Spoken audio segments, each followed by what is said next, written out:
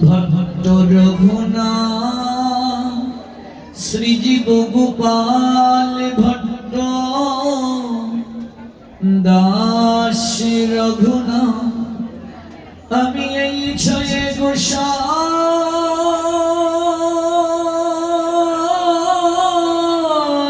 করি চরণ বন্দ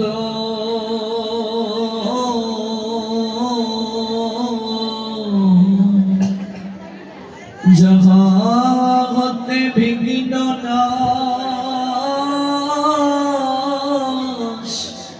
অভীষ্ট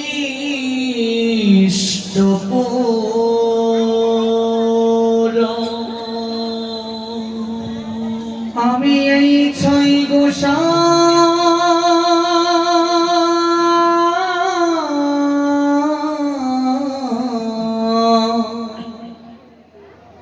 করি চরণ বন্দ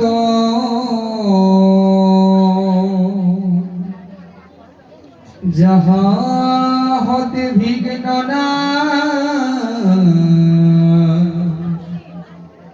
অভীষ্ট এই ছয়ে গোসাই করি চরণ বন্দন যাহা হতে মিলে রে ভাই কৃষ্ণ প্রেম ধন গোসাই করি চরণ বন্দ যাহা হতে মিলে রে ভাই কৃষ্ণ প্রেম এই ছয়ে গোসাই যার মহিতর দাস দশবার কদর নমর পঞ্চগ্রা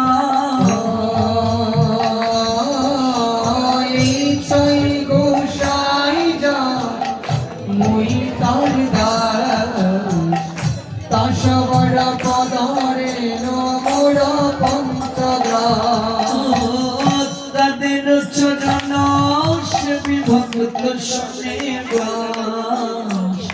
জন্মে জন্মে মুরই অভিলাষ তাদের চরণ বিভক্ত শুনে জনমে জনমে মোর এই অভিলাষ এই ছয়ে গোসাই প্রভু মোরে কর দয়া চরণ শরণ নিলাম দাও পদ ছায়া এই ছয় গোসাই প্রভু মোরে কর দয়া শরণে শরণ নিলাম দাও পদ ছায়া এই ছয়ে গোসাই প্রভু মোরে কর দয়া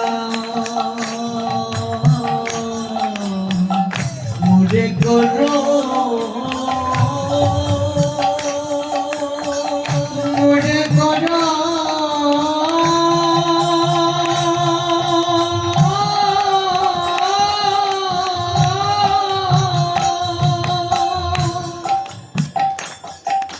মোরে কর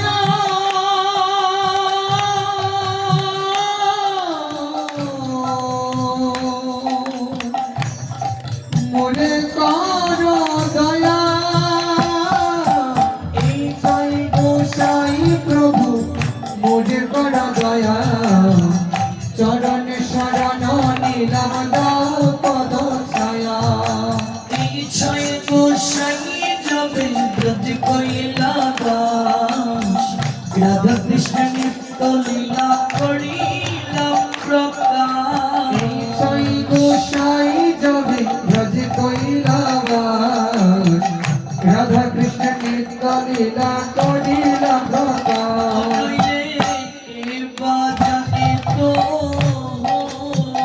নইলে কে বা জানি তো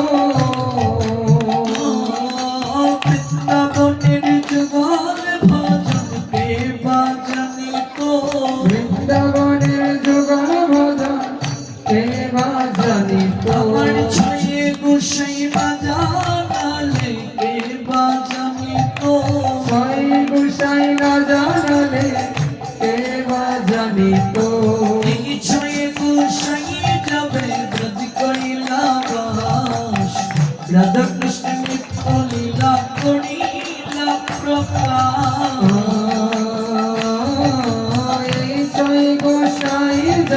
ব্রজ কইলা বাস রাধা কৃষ্ণ নিত্য লীলা করিল প্রকাশ মনের আনন্দে বলো হরি ভজ বৃন্দাবন। শ্রী গুরু বৈষ্ণব পদ বজাইয়া আনন্দ বল হরি ভজ বৃন্দাবন শ্রী গুরু বৈষ্ণব পদে বজাইয়া মন শ্রীকৃষ্ণ চৈতন্য প্রভু নিত্যানন্দ শ্রী অদ্বৈত গদাধর শ্রীবাসতি গৌর ভক্তবৃন্দ।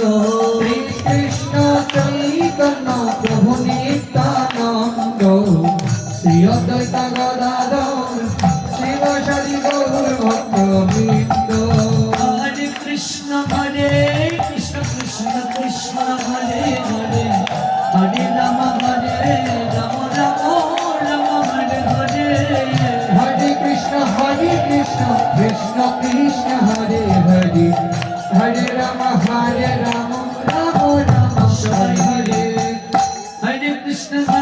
কৃষ্ণ কৃষ্ণ কৃষ্ণ হরে হরে হরে রাম রাম রাম হরে হরে হরে কৃষ্ণ কৃষ্ণ কৃষ্ণ হরে হরে হরে রাম রাম রাম হরে হরে।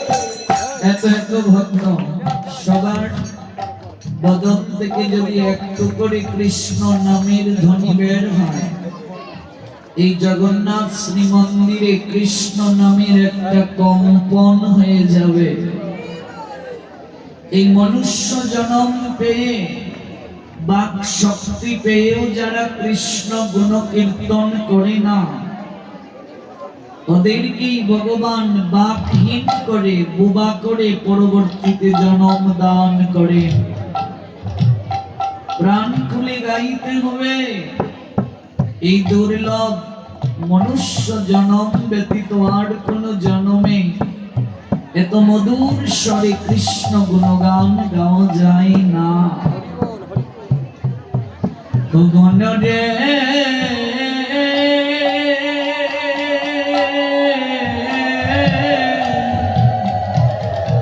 তুমি দিবস রজনী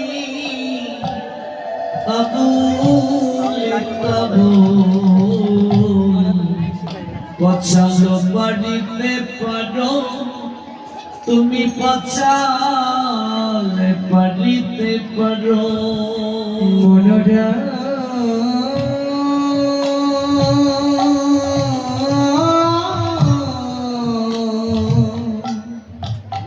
তুমি দিবস রজনী আবুল কাবুল পচল পারিতে পারো মনরে পচল পারিতে পারো।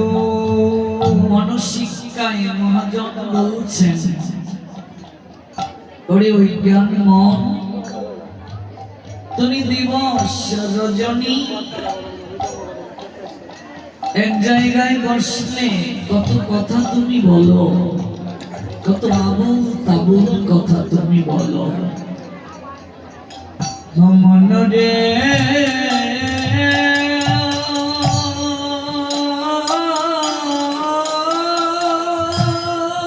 ভোলাবা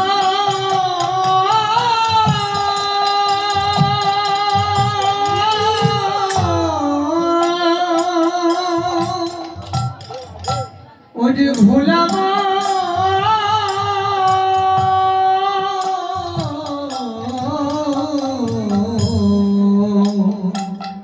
ভোলাবা তুমি দিবস রজনী আবুল কাবুল পচল পারিতে পারো মনরে পচল পারিতে পারো। তুমি তাহার ভিতরে কখন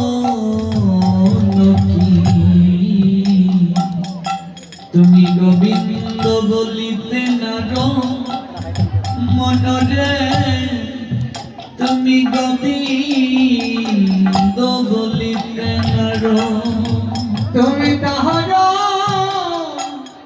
ভিতরে কি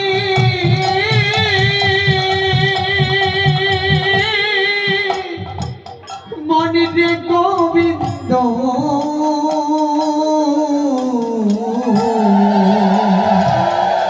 গোবিন্দ বলিতে নার মনরে গোবিন্দ বলিতে নার ভেবে দেখো মনে তুমি কথা দিয়ে এসেছিলে মাতৃ জঠরে, কি কথা দিয়ে এসেছিলে তুমি ভজিব বলিয়া কহিয়া আইলে। আজি ভুলিলে কি সুখ পাইয়া মনরে ভুলিলে কি সুখ পাইয়া। অগ বজিব বলিয়া কহিয়া আইলে ভুলিলে কি সুখ পায়া মনরে ভুলিলি কি সুখ পায়া। তুমি কথা দিয়ে এসেছিলে ভজন করবে, দাস তুমি সকল কিছু ভুলে গেলে। না করতে যা দিতে গেছে ভজিব বলিয়া কহিয়া আইলে, ভজন করবে বলে কথা দিয়ে এসেছ। আর যেমন কি সুখ পেলে, যে কারণে তুমি ভুলে গিয়েছো, তোমাকে বিচারের কাঠ গোড়ায় দান হতে হবে। তাই সময় থাকতে তুমি তোমার প্রতিশ্রুতিকে রক্ষা করো, এই দুর্লভ মনুষ্য জীবনকে ধন্য করো। গাও মধুর স্বরে কৃষ্ণ নাম। হরে কৃষ্ণ হরে কৃষ্ণ কৃষ্ণ কৃষ্ণ হরে হরে, হরে রাম হরে রাম রাম রাম হরে হরে।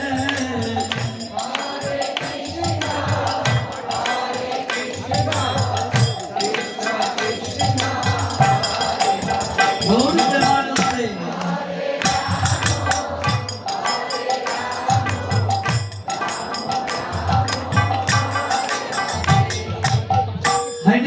হরে কৃষ্ণ কৃষ্ণ কৃষ্ণ হরে হরে, হরে রাম রাম রাম হরে হরে।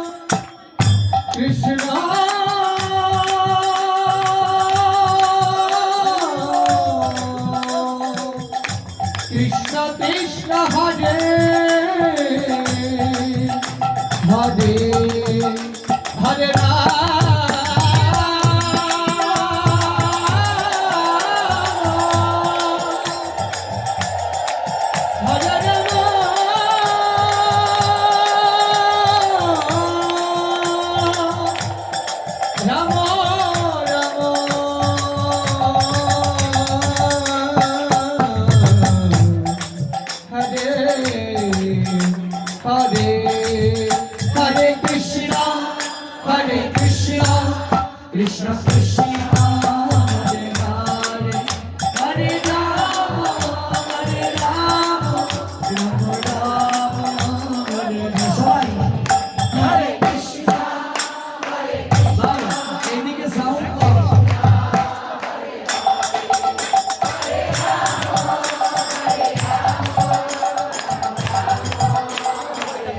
যাদের দুটো হাত আছে 30 সেকেন্ড আগে তাল তারপর তালি নতুবা বেতাল হবে।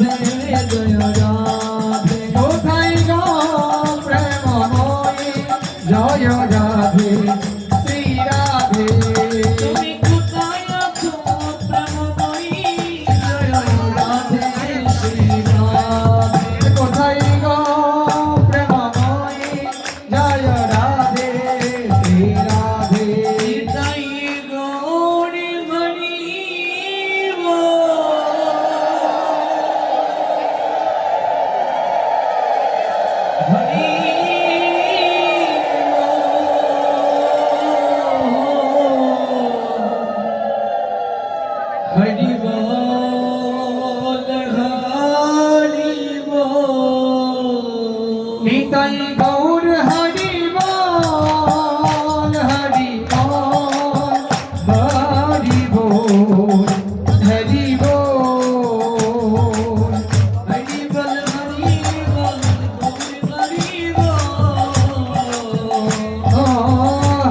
হরি বল গৌর হরি বল হরি বল হরি বল গৌরী হরি বল হরি বল হরি বল গৌর হরি বল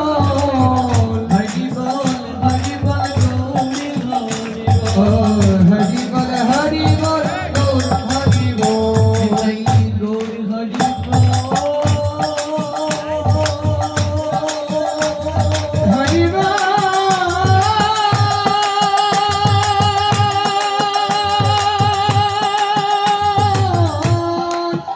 নিতাই গৌর হরি বল গৌর হরি বল গৌর হরি বল নিতাই গৌর হরি বল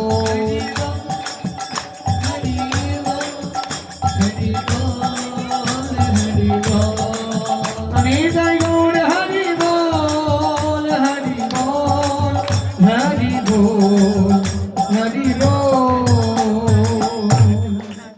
কলিযুগ পাবন অবতারী পরম প্রেমময় প্রেম পুরুষোত্তম শ্রীকৃষ্ণ চৈতন্য মহাপ্রভু, যিনি সর্ব অবতারীর শিরোমণি, অত্যন্ত পতিত যে, পাষণ্ডী যে,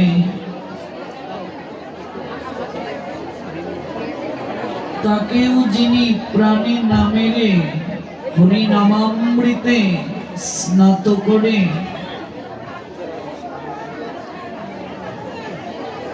আনন্দ লোকে প্রেরণ করেছেন,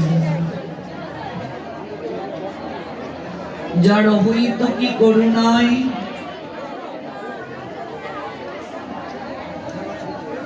অত্যন্ত পাষণ্ডী সেও অমৃতের সন্ধানে যাত্রা করার সৌভাগ্য প্রাপ্ত হয়েছে। যিনি ব্রহ্মাদি দেবতার দুর্লভ প্রেম, ব্রজ কিশোরীর প্রেম বিচার না করে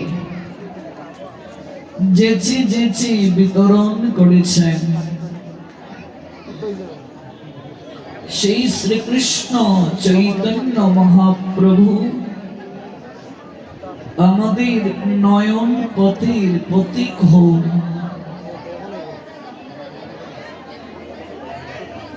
তার হইতো কি করুণায় মহাসংযমের মাস দামোদর মাসের মহেন্দ্রক্ষণে আমরা উপবেশন করেছি বাংলাদেশের নেত্রকোনা জেলার কলমাকান্দা উপজেলা স্থিত অপার করুণার নিলয় ভক্তবৎসল ভগবান শ্রী জগন্নাথ দেবের রাতুল আতুল চরণে,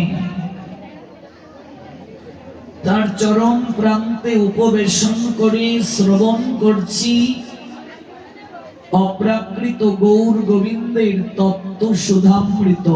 নদীন ব্যাপী সংকল্প করেছেন শ্রীমতী চিন্ময়ী দেবী দাসী, তাকে সহযোগিতা করছেন আপনারা। তাকে এই অনুষ্ঠানটির পূর্ণতার পশ্চাতে শ্রী শ্রী জগন্নাথ জিওর মন্দির কমিটি তথা ভক্তবৃন্দ যে সহযোগিতা করে শ্রীবর্ধন করছেন, এজন্য আমি আপনাদের প্রত্যেকের প্রতি কৃতজ্ঞতা নিবেদন করছি। আয়োজনকারী ভক্তবৃন্দ জয়যুক্ত হন, তাদেরই প্রয়াস উত্তরোত্তর শ্রীবৃদ্ধি প্রাপ্ত হোক, ধাপে ধাপে উন্নতির সিঁড়িবে জীবনে নতুন নতুন সফলতা বয়ে আনুন তারা। দেশ জাতি তথা সমাজ সমৃদ্ধ হোক তাদেরই কর্ম তৎপরতায়। অতঃপর অভিনন্দন জ্ঞাপন করছি ইন্টারনেটের কল্যাণে যারা আছেন। অনেক ভক্তবৃন্দ অনুরোধ করেছেন যে ল্যাবটি তারা শ্রবণ করতে গিয়ে সাউন্ড প্রবলেম হচ্ছে, তারা অনুভব করছেন। যারা দায়িত্বে আছেন আর একটু যদি মনোযোগী হন তাহলে দূর দূরান্তের ভক্ত যারা তারা কায়মনোবাক্যে শ্রবণ করতে পারবেন। ইন্টারনেটে যারা যুক্ত আছেন প্রত্যেকের অশেষ বিশেষ কল্যাণ কামনা করছি। পরবর্তীতে ইউটিউবের মাধ্যমে যারা শ্রবণ করবেন এই পুরো অনুষ্ঠানটি, আপনাদেরকেও অভিনন্দন জ্ঞাপন করছি। বহু দূর দূরান্ত থেকে যারা এসেছেন সশরীরে এই অপ্রাকৃত গৌর গোবিন্দের তত্ত্ব কথা শ্রবণ করছেন, আপনাদের চরণে বৈষ্ণব জ্ঞানে ভক্তিপূর্ণ প্রণাম নিবেদন করছি। গতকাল যে স্থলে ভগবানের কথার বিশ্রাম টেনেছিলাম, আজ সেখান থেকেই পুনরায় শ্রবণ করব। যারা ভাগবতের জন্য মাল্যদান করেছেন, আপন মনের মাধুরী মিশিয়ে প্রীতির সুতো দ্বারা মালা গেথে আপনারা শ্রীমৎ ভাগবত ভগবানের জন্য নিয়ে এসেছেন। আপনাদের মঙ্গল হোক। ভগবান আপনাদেরকে অহৈতুকী কৃপা প্রদান করুন। আপনাদের জয় হোক। এবং যারা এই অমৃত ফল আমলকি দান করেছেন তারাও অশিষ বিশেষ ভগবানের কৃপা প্রাপ্ত হবেন। আজ আমরা শ্রবণ করব কার্তিক মাসে আমলকি ফলের মাহাত্ম্য। এই কার্তিক মাসে আমলকি ফলের মহিমা কি? আপনারা অনেকেই হয়তো জানেন কিংবা অনেকেই জানেন না, যত প্রকার ফল বৃক্ষ রয়েছে তন্মধ্যে আমলকি ফল বৃক্ষকে ধাত্রী বৃক্ষ বলা হয়। ধাত্রী শব্দের অর্থ কি? মা। আমলকি বৃক্ষকে মায়ের সঙ্গে তুলনা করা হয়। শাস্ত্রে আমলকি বৃক্ষকে বলা হচ্ছে জননী, অর্থাৎ ধাত্রী। প্রসবকালে যিনি সহায়তা করেন তিনি তো ধাত্রী। আমাদের শাস্ত্রে যাদেরকে মায়ের মর্যাদা দিয়েছেন তন্মধ্যে ধাত্রীও একজন। ধাত্রীও আমাদের মা। প্রথম হলেন গর্ভধারিণী মা, দ্বিতীয় হলেন ধাত্রী মা। কাদেরকে মায়ের মর্যাদা দিয়েছেন আমাদের শাস্ত্র। তৃতীয় হলেন গোমাতা, গাভীও মাতৃ সদৃশা।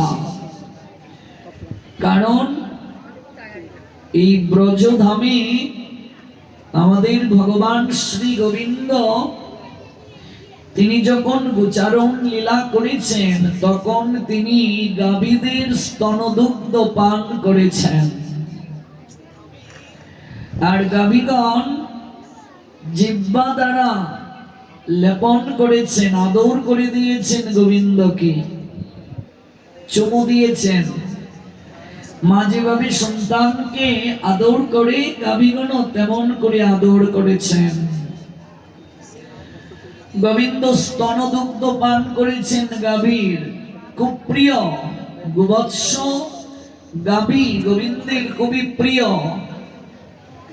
এই জন্য সনাতনী হিন্দুরা গরুকে, গোবৎসকে, গাভীকে অনেক আদর করে, অনেক ভালোবাসে। কেন? তার কারণ আমাদের প্রভুর সবচেয়ে প্রিয়। আচ্ছা, আপনার ভালোবাসার মানুষটি যা পছন্দ করে আপনার তা পছন্দ হবে কিনা? নিশ্চয়ই হবে। আপনার ভালোবাসার মানুষটি যদি নীল রং পছন্দ করে আপনি নীল রঙের একটা পাঞ্জাবি পরে যাবেন তার সঙ্গে সাক্ষাৎ করতে। সে যদি বাদাম খেতে পছন্দ করে আপনি 10 টাকার হলেও বাদাম নিয়ে যাবেন তার জন্য, এটি তার পছন্দ। তাহলে যিনি সৃষ্টিকর্তা, যিনি ভগবান, তার সবচেয়ে প্রিয়, তার সবচেয়ে পছন্দের হলো গোমাতা। তাহলে আমরা তার সৃষ্টি, তিনি সৃষ্টিকর্তা, তিনি আমাদের প্রভু, তিনি জগদীশ্বর। তাহলে তার যাহা প্রিয় আমাদের প্রিয় হবে কিনা? এজন্য গোমাতা আমাদের প্রিয়। আমরা তাকে ভালোবাসি, আদর করি, শ্রদ্ধা করি, সম্মান করি, আরতি করি, পুজো করি। কারণ আমাদের ভগবান গোমাতার স্তনদুগ্ধ পান করেছেন। বিজ্ঞান গবেষণা করে দেখেছে মায়ের স্তনদুগ্ধের পর নিরাপদ যদি কোনো দুগ্ধ থাকে তা হলো গোমাতার দুগ্ধ, গাভীর দুগ্ধ। মায়ের স্তনদুগ্ধের পর যদি নিরাপদ কিছু থাকে তা হলো গাভীর স্তনদুগ্ধ। এজন্য গাভীকে আমরা সম্ভ্রম প্রদান করি। যখন বৃন্দাবন লীলা সমাপন করে কর্তব্য সম্পাদনের মনোরথে গোবিন্দ অক্রূরের রথে চড়ে মথুরায় গমন করেছিলেন, এই ব্রজবন শ্রীহীন হয়ে গিয়েছিল। গোপীরা ওরা রথের চাকার নিচে শুয়ে পড়েছিল। অক্রূরকে বলেছিল, যদি রথ নিয়ে যেতে হয় রথের চাকা আমাদের বক্ষের উপর দিয়ে যাবে। প্রেমময়ী রাধারানীর অবস্থাটা কি হবে বুঝতেই পারছেন। গোপীরা শুয়ে পড়েছে রথের চাকার নিচে, প্রেমময়ী যেন বাকহীন হয়ে গিয়েছেন, তার মুখ দিয়ে কথা প্রকাশ পাচ্ছে না, পাগলিনীর ন্যায় হয়ে গেছেন। নন্দ মহারানী তিনি কাঁদতে কাঁদতে, অতি দুঃখিত মানুষ পাথর হয়ে যায়, তার চোখ দিয়ে আর জল ঝরছে না। নন্দ পিতা দূরে দণ্ডায়মান আছেন, সবাই বিহবল। গোমাতাগণ ওরা রথের পশ্চাতে পাগলিনীর ন্যায় দৌড়াচ্ছে। কোন মায়ের কোল থেকে সন্তানকে যদি নিয়ে যায় কেউ, মায়ের অবস্থাটা কি হয়? মা আলু তালু চলে, বসন আছে কিনা শরীরে, কখনো সেদিকে খেয়াল রাখে? কি করে? পিছনে পিছনে দৌড়াতে থাকে, কারণ বাচ্চাকে মায়ের কোল থেকে কেউ নিয়ে গিয়েছে হরণ করে। গোমাতাগণের অবস্থা তা। অক্রূরের রথের পশ্চাতে গাভীগণ দৌড়াচ্ছে পাগলিনীর ন্যায়, আর হাম্বা হাম্বা হাম্বা রবে ডাকছে। আর কেউ বুঝুক না বুঝুক, গোবিন্দ রথ থেকে বুঝতে পারছেন গোমাতাগণ যেন বলছে, গোপাল আমাদের ছেড়ে তুমি যেও না, তুমি যদি চলে যাও এই ব্রজবন শূন্য হয়ে যাবে, শ্রীহীন হয়ে যাবে। কে গোচারণে যাবে? কে আদর করে দেবে আমাদের? হাত বুলিয়ে কে দেবে আমাদের গাত্রে? কে স্তনদুগ্ধ পান করবে? তুমি যে আমাদের সন্তান সম। 100 বছর গোবিন্দ বৃন্দাবনে আসেননি। গাভীগণ পরন্ত বিকেল বেলা মথুরার পথের দিকে প্রতিদিন তাকিয়ে থাকতো, মস্তকটা তুলে চাতক পাখির ন্যায় চক্ষু মেলে তাকিয়ে থাকতো, আর অপেক্ষা করত, এই বুঝি গোবিন্দ, এই বুঝি ব্রজরাজ ব্রজবনে ফিরছেন। ওই যে হাম্বা হাম্বা রবে কেঁদেছিল গাভীগণ, নয়ন দিয়ে অশ্রু ঝরে পড়েছিল, আর কোনদিন তারা হাম্বা হাম্বা রবে ডাকে নাই। কাঁদতে কাঁদতে অতি দুঃখে তাদের চিত্ত যেন পাথর হয়ে গেছে, নয়নে তাদের অশ্রু আর ঝরে না। এতটা প্রীতি বিনিময় করেছেন গোবিন্দ গাভীদের শোনে। মহাজন একটা পদ রচনা করেছেন, ব্রজবনের গাভীদের অবস্থাটা কেমন।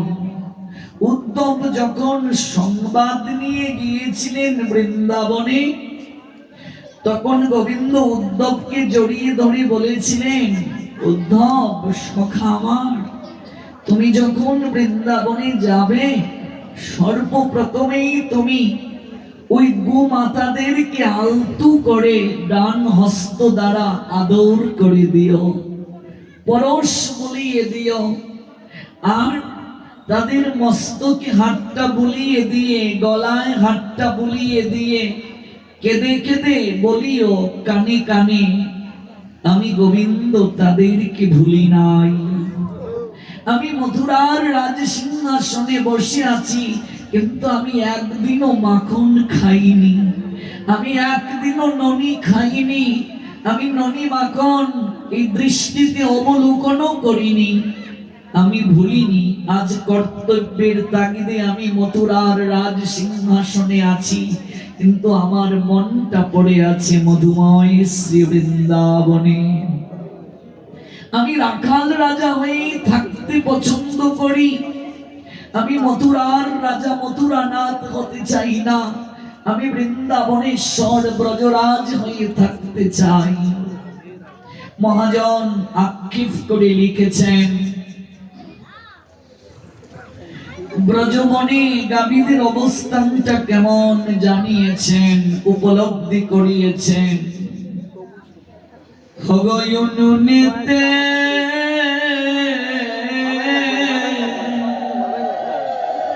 জাল ধরায় না উদ্ধবের নন্দ মহারানী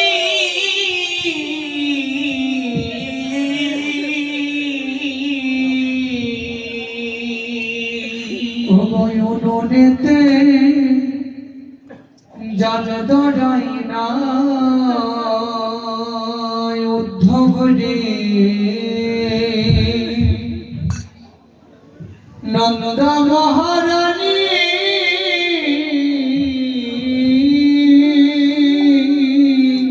নন্দ মহারানী যশোদা গোপাল যেদিন চলে গিয়েছেন, সেদিন থেকে যে উনুনটার মাঝে যশোদা গোপালের জন্য দুধ পাত্রে জাল দিতেন, ক্ষীর করতেন, সেই উনুনে আর জাল ধরায়নি, মাকড়সা জাল হয়ে গেছে।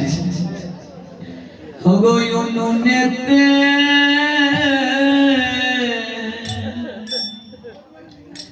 জাল ধরায় না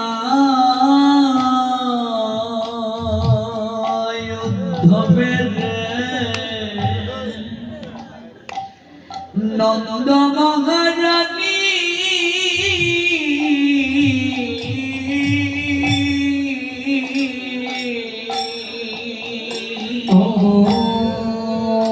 উনুনেতে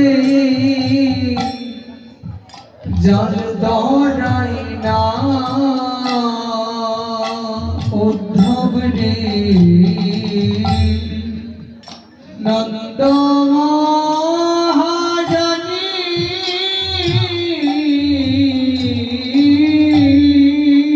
রেঘম্বর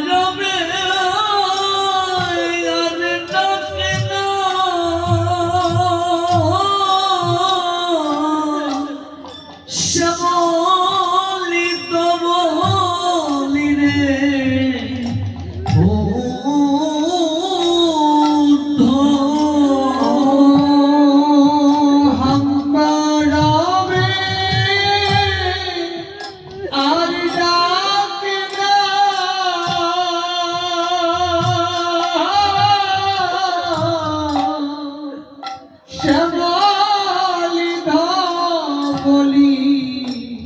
আমার বন্ধু বিনোদিয়া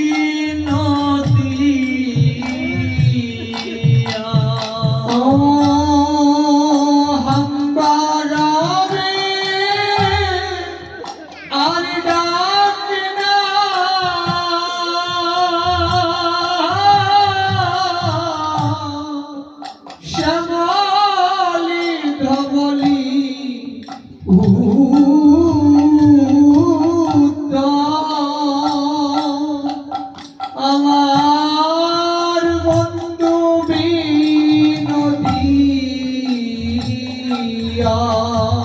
কুশলে আছেন রে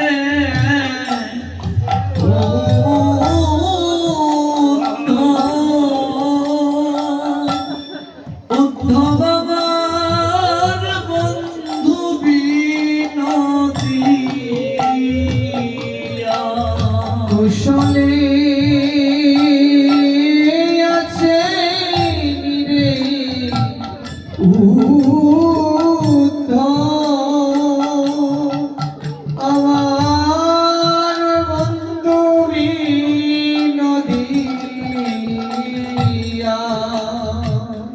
রে যেদিন থেকে হরে অক্রুর মুনি উদ্ধবের ব্রজের প্রাণ নীল হরিয়া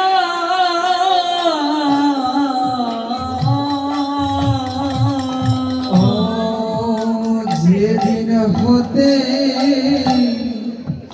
অক্রুর মুনি উদ্ধব রে ব্রজের প্রাণ নীল হরিয়া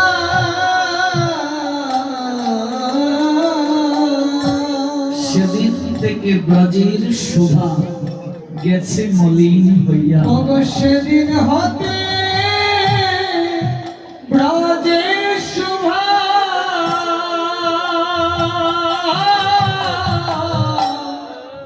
গেছে মলিন হইয়া রে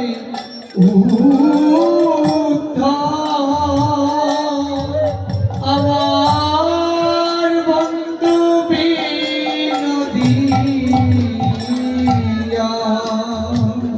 তুমি কি দেখিতে আজি আইলায় ব্রজে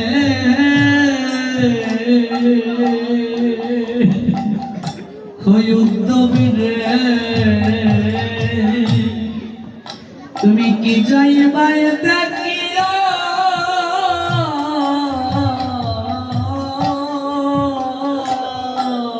ও কি দেখিতে আইলাই ব্রজে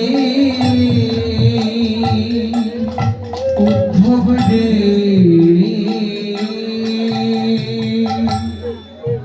কি যাইবাই দেখিয়া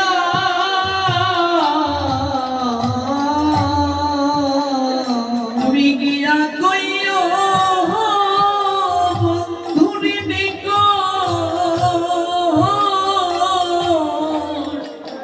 তার রাই গেছে মরিয়া রে ও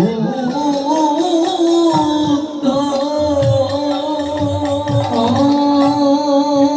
গিয়া কইয়া বন্ধুর নিকট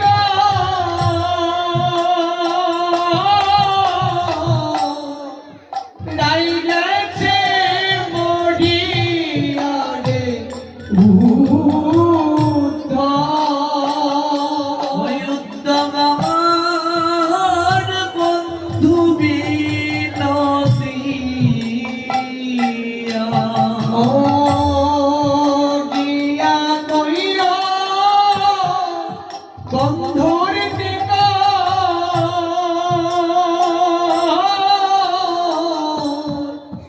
রাই গেছে মরিয়া রে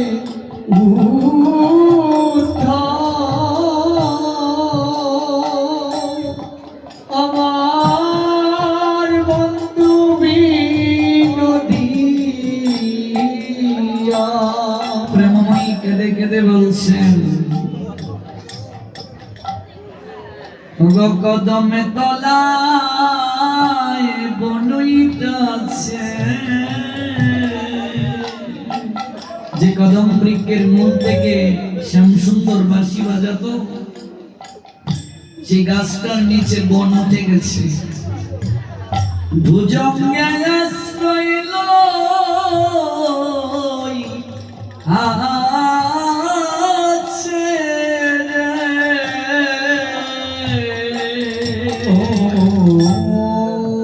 কদম তলায় বনইটাছে উদ্ধব রে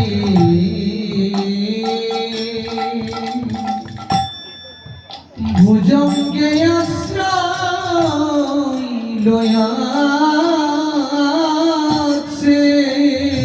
ভুজঙ্গ মানে সাপ, বন উঠে গেছে কদম তলায়, আর সর্প সেখানে এসে আশ্রয় নিয়েছে। এখানে শ্যামসুন্দর আর ত্রিভঙ্গিম রূপে দাঁড়ায় না, বাসিতে রাধা রাধা ডাকে না। রাধার প্রেমে যমুনায় চর পইরাছে রে। রাধার প্রেম যমুনায় চর পইরাছে রে। ওই অন্নব জ্বলনিতে যায় না রাই। রাধার প্রেম যমুনায় চর পইরাছে রে। উদ্ধব জ্বলনিতে যাই না রাই। রে মথুরাতে গেল রে বন্ধু আমার উদ্ধবে রে। গেল সুখের লাগিয়া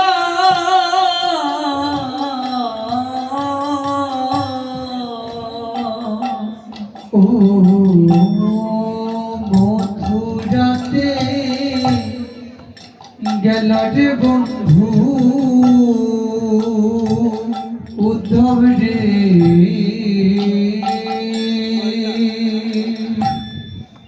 সুখের লাগিয়া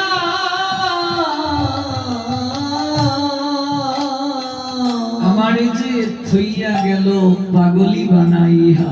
ও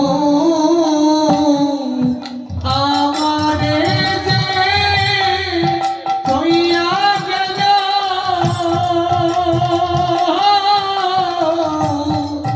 পাগলি বানায়া রে উদ্ধব।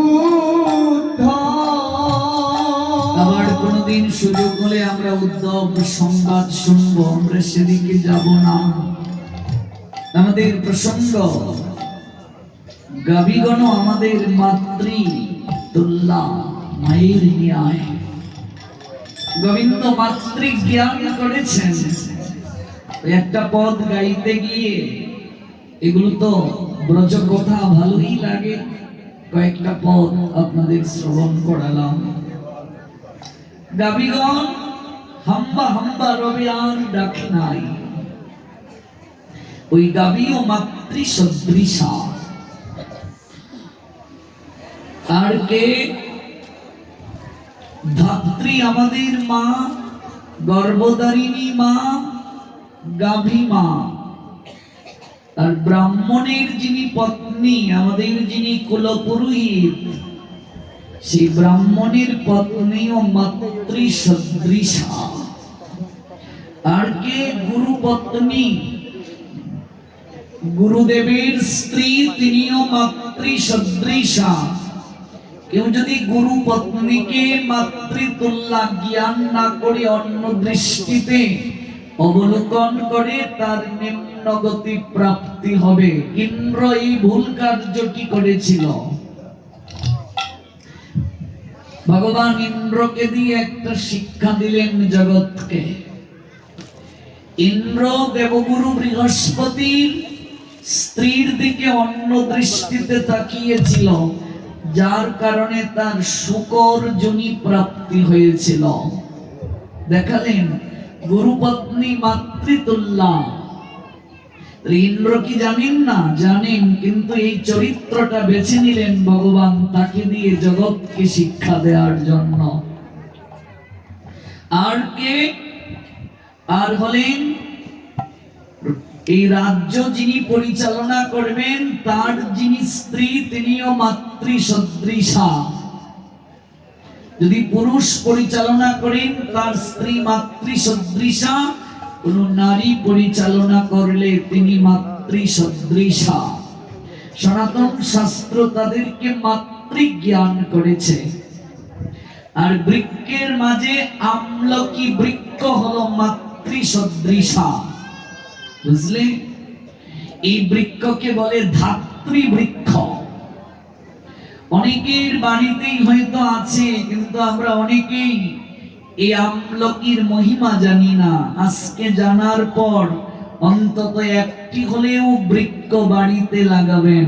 কোন কোন বৃক্ষ সনাতন হিন্দুদের বাড়িতে থাকলে কোন সময় ভূত প্রেত পিশাচ সেই বাড়িতে আসবে না? সর্বপ্রথম তুলসী বৃক্ষ, দ্বিতীয় আমলকি বৃক্ষ, তৃতীয় তমাল বৃক্ষ, চতুর্থ কৃষ্ণচূড়া বৃক্ষ এবং পঞ্চম চালতা বৃক্ষ, যাকে যোগমায়া সদৃশ বলা হয়। এই বৃক্ষগুলো অত্যন্ত শাস্ত্রীয় দিক থেকে মহিমান্বিত। তমাল বৃক্ষ মহিমান্বিত, আর কি নিম বৃক্ষ, আর কি বিল্ল বৃক্ষ মানে বেল বৃক্ষ, এগুলো অত্যন্ত গুরুত্বপূর্ণ। বিশেষ করে তমাল বৃক্ষে ভগবান কৃষ্ণ থাকবেন থাকবেন থাকবেন, প্রতিশ্রুতিবদ্ধ। তমাল দর্শন করলেই প্রেমময়ী রাধারানী কাঁদতে শুরু করেন, কারণ তমাল দর্শন করে প্রেমময়ী রাধারানীর কৃষ্ণ স্মৃতি হয়। মাতুর বিরহ, যখন মথুরায় গোবিন্দ আছেন, প্রেমময়ী কৃষ্ণ বিরহে বিহবল হয়ে আকাশের কালো মেঘ দর্শন করে কৃষ্ণ কৃষ্ণ বলে কাঁদতে থাকেন। কৃষ্ণ বর্ণের কাউকে দর্শন করলে তিনি কাঁদতে থাকেন। কালো রংটা তো রাধারানীর কৃষ্ণ স্মৃতি স্মরণ করিয়ে দেয়। আমরা তো কালো রং পছন্দ করি না, কালো মানুষ ভালোবাসি না, কিন্তু প্রেমময়ী কালো রঙের কাউকে দেখলেই কাঁদতে কাঁদতে তিনি কৃষ্ণ স্মৃতি জ্ঞান করে পাগল হয়ে যান। আর তমাল বৃক্ষকে দর্শন করে প্রেমময়ী রাধারানী কাঁদতে শুরু করেন, কারণ এই তমালে গোবিন্দ আছেন। আরেকটা পদ আপনাদের শ্রবণ করাই।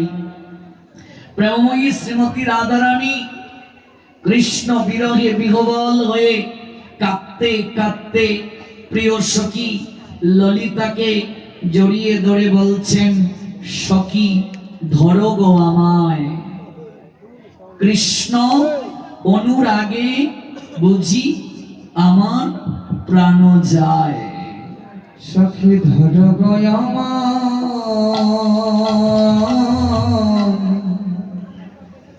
কৃষ্ণ অনুরাগে বুঝি আমার প্রাণ যায়। সখী ধরো গো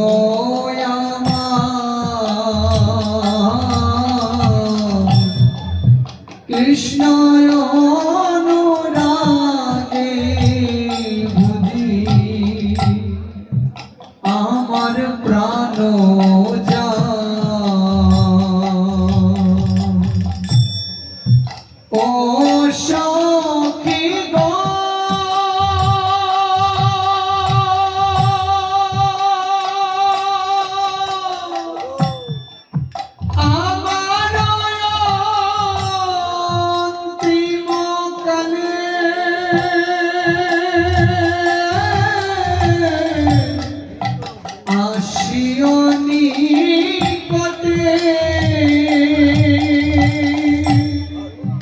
প্রাণ সখী গো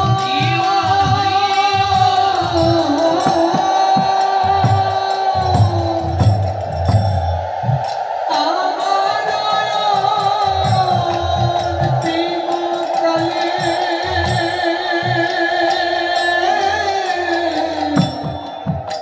আসিও নিকটে প্রাণ থাকিতে লয়া যায় যমুনার ঘাটে।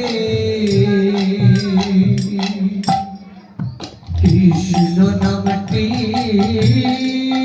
লিখে দিও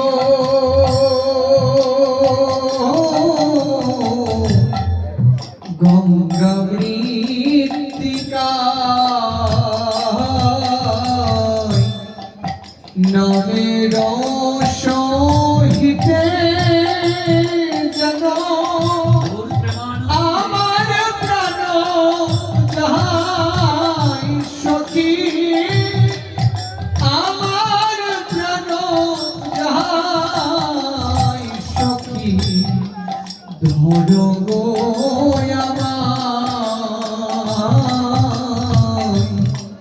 কৃষ্ণ অনুরাগে বুঝি আমার প্রাণ যায়। ও সখী গো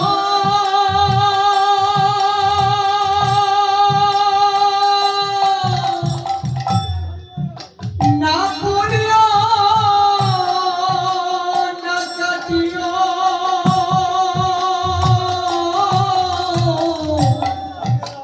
না ভাষায়ও চলে যতনে বান্ধিয়া রাখো তোমালের ডালে আমার যতনে বান্ধিয়া রাখো তোমালের ডালে। তোমাল তো সামান্য নয় হে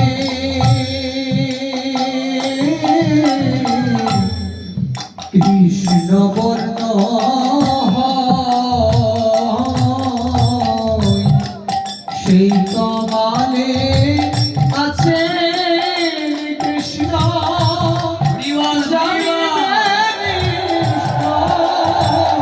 সখী জানিবে কৃষ্ণ সখী ধরো গো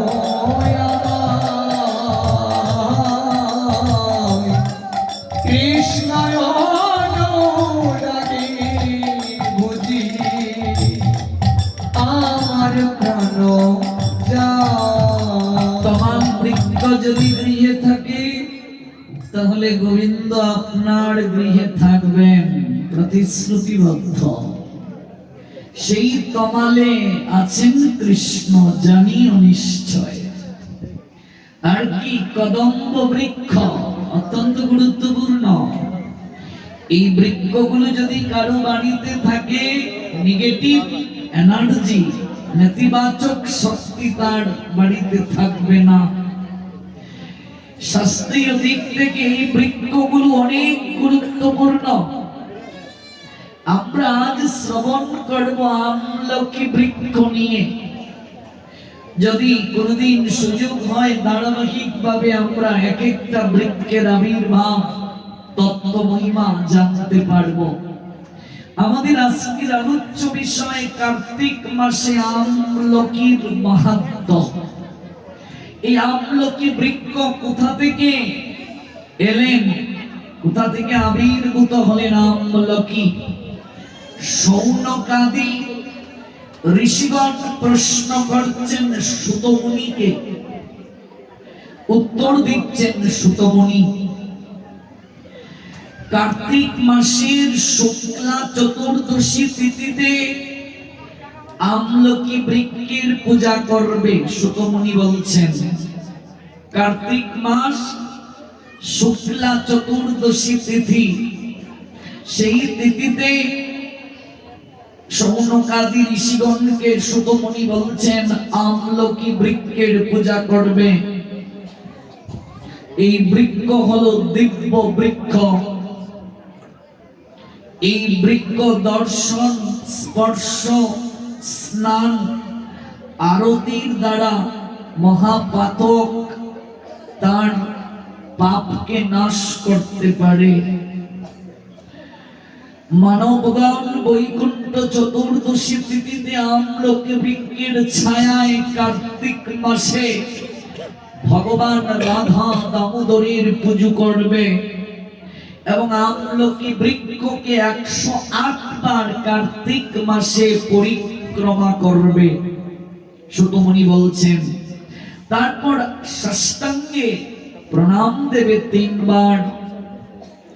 এই আমলকি বৃক্ষ ধাত্রী বৃক্ষ, তাই তার ছায়ায় বসে যদি কার্তিক মাসে কেউ হরিকথা শ্রবণ করে আমলকি বৃক্ষের নিচে বসে, যদি কেউ হরি নাম করে কিংবা কোনো দান দক্ষিণা করে, ভগবান শ্রী গোবিন্দ অতিশয় সন্তুষ্ট হন।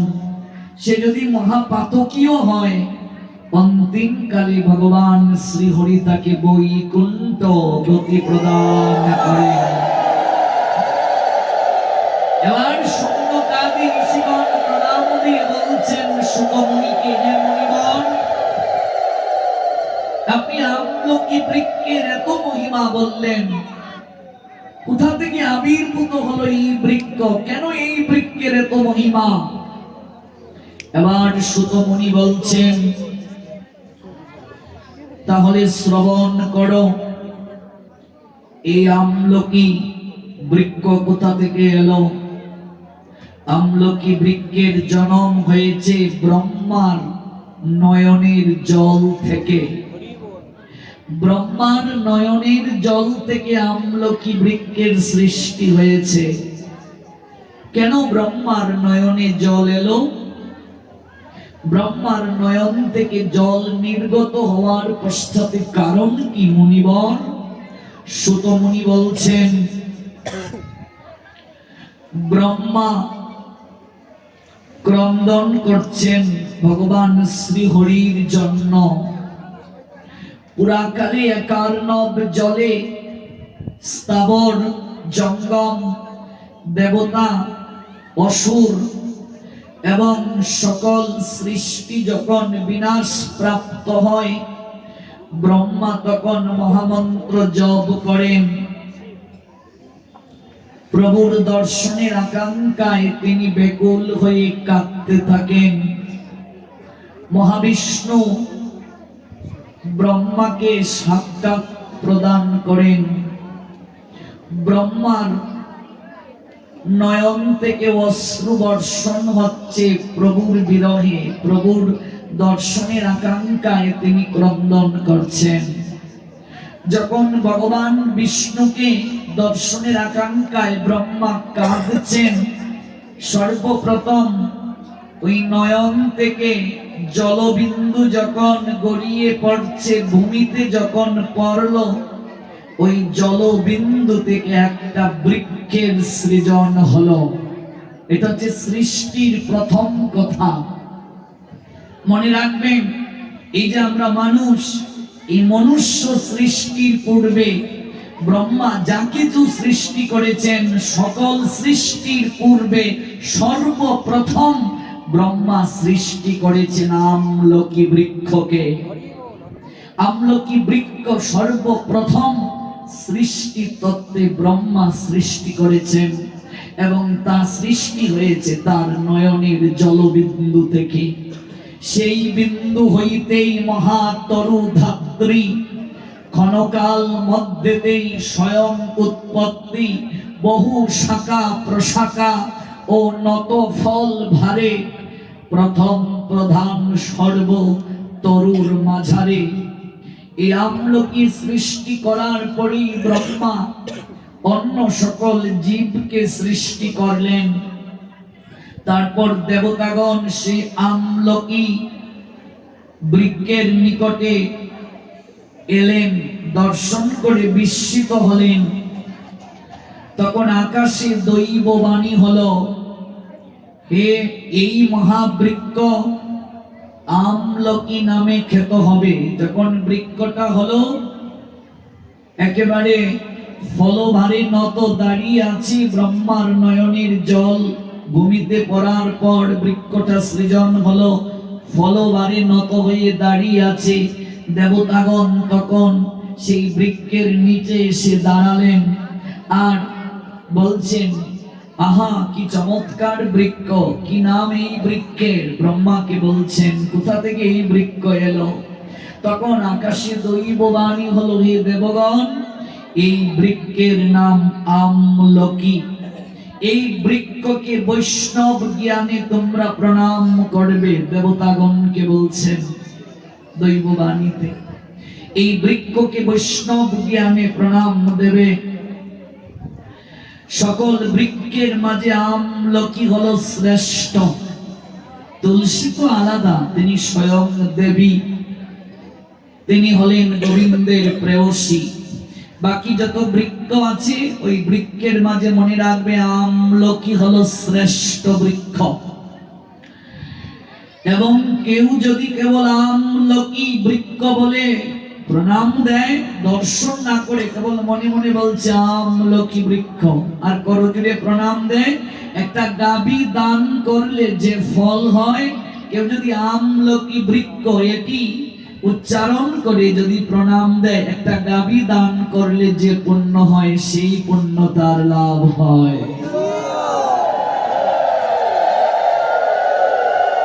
এবার ভাবুন, আপনারা যারা এই মালা এনেছেন প্রভুর জন্য, আপনারা যারা এই মালা আমলকি ফল দিয়ে দিয়েছেন, ধীরে ধীরে জানুন এর মহিমা। যদি কেউ একবার বলে আমলকি বৃক্ষ আর প্রণাম দেয়, একটা গাভীকে দান করলে যে পুণ্য হয়, গোমাতা দানের যে পুণ্য হয় ব্রাহ্মণকে, সেই পুণ্য তার লাভ হয়ে যায়। আর যদি কেউ প্রত্যক্ষ দর্শন করে গিয়ে, এই যে আজকে আমরা মনতলা যাওয়ার সময় একটা আমলকি বৃক্ষ দেখেছি, আমরা সেখানে একটু প্রণামও দিয়েছি, হ্যাঁ, তো সেই আমলকি বৃক্ষ যদি সাক্ষাৎ কেউ দর্শন করে, তো দর্শন করলে দ্বিগুণ ফল হয়। আর যদি আমলকি বৃক্ষ কেউ ভগবানকে নিবেদন করে গ্রহণ করে, 3 গুণ ফল হয়। চিকিৎসা শাস্ত্র আয়ুর্বেদ আমলকিকে অমৃত ফল বলেছে। হরিতকি অমৃত ফল, আমলকি অমৃত ফল। আমলকি হলো অমৃত ফল, অমৃত তুল্য। যেমন কালিজিরা সর্বরোগের মহা ঔষধ, তেমনি ভাবে আমলকি এটিও সর্বরোগের মহা ঔষধ। চিকিৎসা শাস্ত্র, কেউ যদি আমলকি গ্রহণ করে তাহলে তার 3 গুণ ফল হয়। সে আমলকি বৃক্ষের মূলে ভগবান বিষ্ণু অবস্থান করেন। মূলে কি অবস্থান করেন? বিষ্ণু।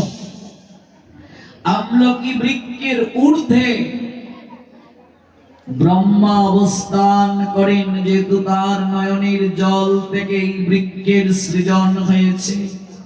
আমলকি বৃক্ষের স্কন্ধে অর্থাৎ স্কন্ধে মহেশ্বর অবস্থান করেন অর্থাৎ মহাদেব। আর আমলকি বৃক্ষের শাখা সমূহে দ্বাদশ আদিত্য অবস্থান করেন। প্রশাখা পত্রে দেবতাগণ অবস্থান করেন শাখা প্রশাখায়। আর ফল সমূহে দক্কা আদি প্রজাপতিগণ, পুষ্পে মরুদগণ অবস্থান করেন। এই বৃক্ষ সর্বদেবময়ী, সেজন্য ধর্ম অর্থ কাম সিদ্ধির জন্য এই আমলকি বৃক্ষ সর্বদাই পূজনীয়। তুলসী বৃক্ষ যেভাবে পূজনীয়, আমলকি বৃক্ষ সেভাবে পূজনীয়। তুলসী বৃক্ষের সমফল আমলকি বৃক্ষে, মনে রাখবে। যখন আকাশবাণীতে এই কথাগুলো উচ্চারিত হলো, তখন দেবতাগণ আনন্দ প্রাপ্ত হয়ে আমলকি বৃক্ষকে নমস্কার প্রদান করলেন। আর দেবর্ষি নারদ তখন সেই জায়গায় এসে বীণা বাজিয়ে বললেন, নারায়ণ নারায়ণ নারায়ণ। নারদ তখন বীণা বাজিয়ে বলতে শুরু করছেন, নারায়ণ নারায়ণ নারায়ণ। ব্রহ্মাকে প্রণাম দিয়ে নারদ বলছেন, হে ব্রহ্মদেব, হে ব্রহ্মদেব, এত মহিমা এই বৃক্ষের। কার্তিক মাসে যদি এই বৃক্ষের কেউ পুজো করে তাহলে তার কি প্রাপ্তি হয়? নারদ প্রশ্ন করছেন ব্রহ্মাকে। ব্রহ্মা তখন বলছেন, কার্তিক মাসে ওই ধাত্রী বৃক্ষ অর্থাৎ আমলকি বৃক্ষের তলায় যদি কেউ ভগবান শ্রী হরির পূজা করে এমনকি প্রসাদ ভোজন করে, তাহলে তার সর্ব পাপ নষ্ট হয়। কার্তিক মাসে সকল তীর্থ মুনি, যত দেব দেবতাগণ আছেন, সকল কিছুই কার্তিক মাসে আমলকি বৃক্ষের মূলে অবস্থান করে। যত তীর্থ আছে সকল তীর্থ এসে আমলকি বৃক্ষের মূলে অবস্থান করে। এবং কেউ যদি আমলকি বৃক্ষের ছায়ায় বসে ভগবানের কথা কীর্তন করে, হরিনাম করে কার্তিক মাসে, কিংবা কোনো কিছু দান দক্ষিণা প্রদান করে, তাহলে তার কোটি গুণ বেশি পুণ্য লাভ হয়। আর এই কার্তিক মাসে যদি কেউ ভগবান শ্রী হরিকে আমলকি ফলের মালা দান করে, যদি আমলকি ফলের মালা ভগবান শ্রী হরিকে, ভগবান দামোদরকে যদি কেউ এই কার্তিক মাসে দান করে, মালা কিংবা ফল যদি ভোগে দান করে, সে যদি মহাপাপীও হয়, ভগবান প্রতিশ্রুতি দিয়েছেন তার পাপ স্খলন করে অন্তিমে আমি তাকে বৈকুণ্ঠে গমন করিয়ে থাকি। নিতাই গৌর সীতানাথ প্রেমানন্দে, প্রেমানন্দে হরি বল। একটা লীলা আছে পুরাণে। পূর্বকালে কাবেরীর উত্তর তীরে সেখানে সর্বশাস্ত্রে গুণান্বিত পণ্ডিত বাস করতেন। কাবেরীর উত্তর তীরে সর্বশাস্ত্রে পারঙ্গম এক ব্রাহ্মণ বাস করতেন, যার নাম দেবশর্মা। তিনি বেদ বেদান্তে পণ্ডিত ছিলেন। সবাইকে তিনি বেদ শাস্ত্রের জ্ঞান প্রদান করেন। কার্তিক মাস যখন আগত, তৎপূর্বেই তিনি সবাইকে কার্তিকের মহিমা শ্রবণ করাচ্ছেন। ব্রত পালন করলে কি কৃপা হয় তা তিনি সবাইকে শ্রবণ করাচ্ছেন। কিন্তু একটি প্রবাদ আছে না, প্রদীপের নিচটা অন্ধকারময় থাকে। কিন্তু এই সর্বশাস্ত্রে পারঙ্গম ব্রাহ্মণের একটাই পুত্র, সেই পুত্রটা ভগবানের প্রতি প্রীতিহীন, ভক্তিহীন। এত বড় শাস্ত্রে পারঙ্গম যিনি, তার পুত্র ভক্তিহীন, শাস্ত্র জ্ঞানহীন। পুত্রকে তিনি জড়িয়ে ধরে বলছেন, বাবা আমি আর কদিন বাঁচব? তুমি যৌবনে পদার্পণ করেছ, তোমার জীবনের 3 ভাগের 1 ভাগ চলে গিয়েছে। বাবা সামনে আগত কার্তিক মাস, আর মাত্র কয়েকদিন বাকি। বাবা তুমি অন্তত কার্তিক ব্রতটা পালন করো। তুমি এই মাসে একটু শৌচ জীবন যাপন করো, স্নান আদি করো, ব্রাহ্ম মুহূর্তে একটু দান দক্ষিণা করো, একটু ভগবানকে আরাধনা করো, তার গুণ কীর্তন করো। তুমি বিধি মতো তুলসী স্নান করাও, তুমি বিধি মতো শ্রী হরিকে তুলসী পত্র অর্পণ করো, প্রদীপ প্রজ্বলন করো, পুষ্প দ্বারা পুজো করো, প্রদক্ষিণ করো, দীপ দান করো ভক্তি ভরে।